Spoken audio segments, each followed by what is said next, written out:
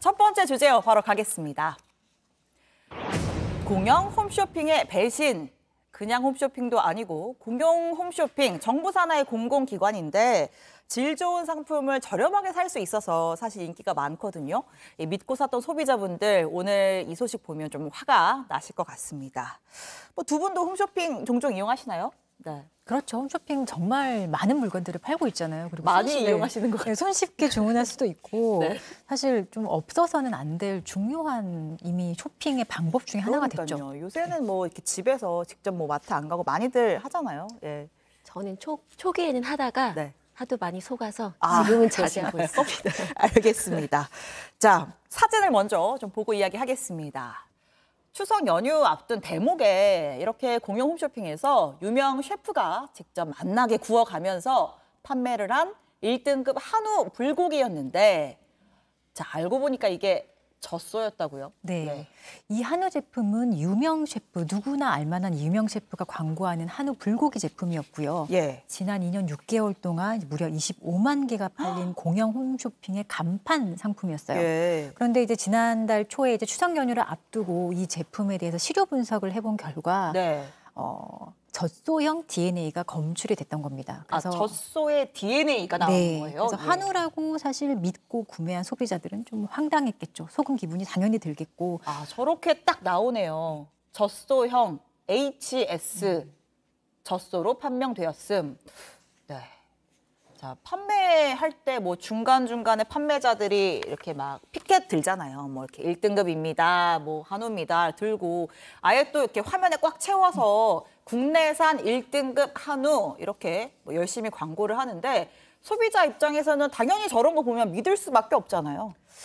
네, 사실 저도 솔직히 말씀드리자면 이 방송을 보고 살 뻔한 소비자의 한 사람인데요. 저 제품을요? 네, 예. 그 시기에. 네, 이 추석을 시기에, 앞두고. 네, 예. 너무 이제 신뢰할 수 있는 유명인이 나와서 말을 뭐 화려하게 하면서 요리를 하니까 맛있겠다. 요리를 잘 못하는 사람도 네. 충분히 잘할 수 있겠다라는 생각이 들어 살 뻔하다가 네. 전 사실 과거에 실패한 경험이 많아서 사지는 않았는데요. 네. 이제 지금 말씀드린 것처럼 이렇게 유명인이 나와서 이제 광고를 하게 되면 아무래도 인지도가 있다 보니까 그러니까요. 우리는 신뢰를 할 수밖에 없고요. 또 하는 네. 요소가 말씀하신 것처럼 정부 산하의 이제 공공기관이라는 점, 공영 홈쇼핑이기 때문에 아마도 사람들이 신뢰를 더 했던 것으로 보입니다. 또 이 광고를 하는 중간중간에 보면 이제 그 등급 판정서도 있다라고 하면서 가지고 왔다 이런 서류 같은 것들도 한 개 제시하잖아요. 이렇게 피켓 만들어가지고. 맞습니다. 그래서 우리가 일반 사람들이 뭐 이런 의사소통을 할 때에는 그냥 일방적으로 정보를 제공받는 입장이지만 이렇게 신뢰할 수 있는 사람, 기관 이런 데서 뭐 어떤 서류 이런 것들을 제시하면서 이야기를 하기 때문에 믿을 수밖에 없는 상황입니다. 자, 제조업체가 뭐라고 해명을 했습니까? 뭐 고기를 까놓으면은 이게 뭐 한우인지 젖소인지 구분이 잘 안 간다 이런 얘기를 합니다. 그래서 불고기를 제조하는 과정에서 한우 제품에 우연히 실수로 젖소 고기가 섞이게 되었다 이런 좀 이해하기 어려운 변명을 했습니다. 우연히 실수로 고기가 섞였다. 네. 한우 제조업체는 한우 고기만 들여왔어야 되는 거 아닌가? 좀 딱 들어도 좀 어처구니가 없는 해명인가 싶은데 저희가 조금 더 객관적으로 비판을 하기 위해서 축산업계 종사하시는 분한테 직접 물어봤습니다. 불고기를 양념 타고 그러면 못 느낄 거예요. 그럼 비슷하게 한 거지. 그걸 실수할 수가 없어. 일반인이 보면 구분하기가 어려운데 그 장사 하루 이틀 한 애가 그걸 구분 못하고 죽어야지. 옛날에는 마블링이 없을 때는 젖소랑 한우가 더 빨가니까 젖소 고기가 한우로 둔갑해서 팔릴 때가 많았어요. 지금은 마블링의 차이에 대해서 차도 날 수가 있고요. 색이 진해요, 젖소는. 네. 일반인들은 좀 어려울 수 있지만 장사 하루 이틀 하냐 전문가는 딱 보면 안다. 색깔부터 다르다 이렇게 얘기를 했습니다. 자, 만약에 이 제조업체가 해명한 실수라고 했지만 사실은 알고도 팔았다고 하면 이거는 뭐 사기에 해당하나요? 네, 너무나 명확한 사기죠. 그리고 알고도 한우라고 속여서 물건을 팔았다면은 네. 이거는 뭐 단순한 어떤 뭐 축산물 위생관리법 이런 법률 위반이 아니라 네. 형사적으로 처벌되는 이제 사기죄에 해당합니다. 그리고 네. 과거에도 한우라고 속이고 이렇게 고기를 팔았던 사례에서 네. 사기로 인정된 케이스가 상당히 많아요. 네. 그래서 이런 것들은 사기죄에 해당할 수도 있기 때문에 네. 아마 추후에 만약에 이게 형사적으로 문제가 된다면 사기죄의 해당 여부에 대해서도 아마 판단되지 않을까라고 예상할 수 있을 것 같습니다. 네, 뭐 소비자들의 피해 보상도 좀 논의가 필요할 것 같고 공영 홈쇼핑이라서 믿고 산 건데 그럼 공영 홈쇼핑의 입장은 뭡니까? 예. 이 입장을 봤을 때 네. 대처가 굉장히 미흡하다라는 생각이 들었는데요. 예.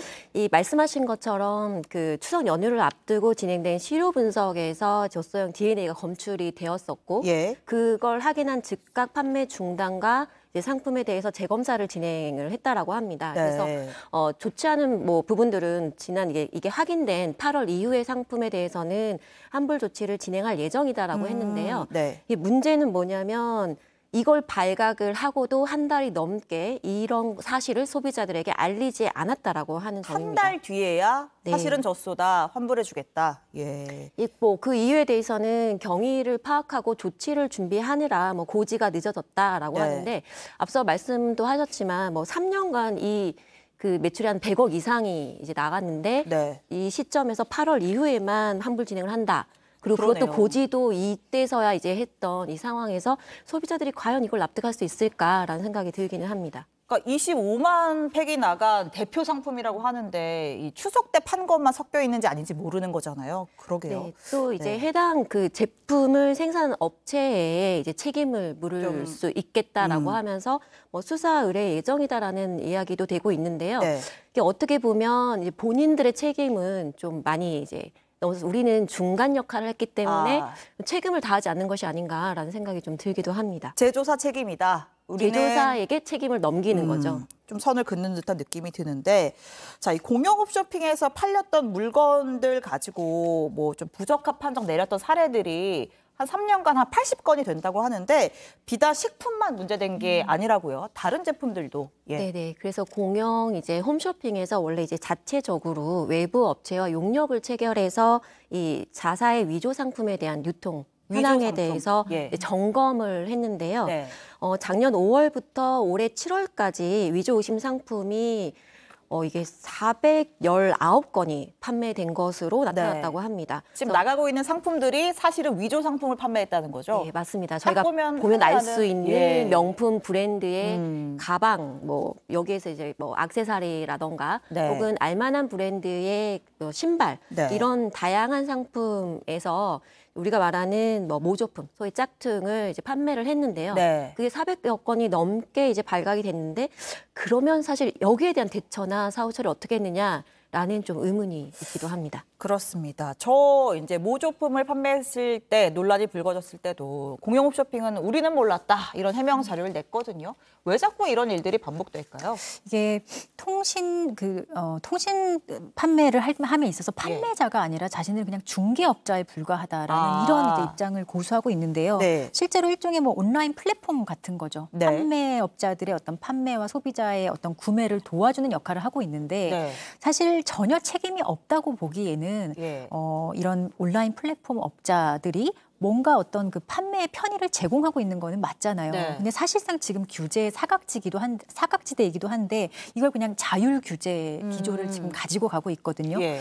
그래서 이 온라인 플랫폼 사업자에게 최소한 어떤 그 자정적인 조치 같은 거는 좀 많이 취해져야 하는데 그게 그렇게 실효성이 없는 거예요. 네. 공영 홈쇼핑 같은 경우에도 지난해 뭐 AI로 위조품을 걸러내는 그런 것들을 도입했다고는 하지만 실제로 뭐 이런 짝퉁 제품을 발견했다고 하더라도 판매자에게 특별한 제재를 취하지 않았고 네. 심지어 그것을 구매한 소비자에게도 이것이 짝퉁 제품이에요라고 알리지 않았거든요. 근데 이런 것들이 사실 반복하다 보면은 결국에는 소비자들의 신뢰를 잃게 될 것이고 그러니까요. 특히나 다른 홈쇼핑과 다른 게 여기는 공영이라는 이 퍼블릭이라는 이름을 붙인 그런 네. 홈쇼핑 업체잖아요.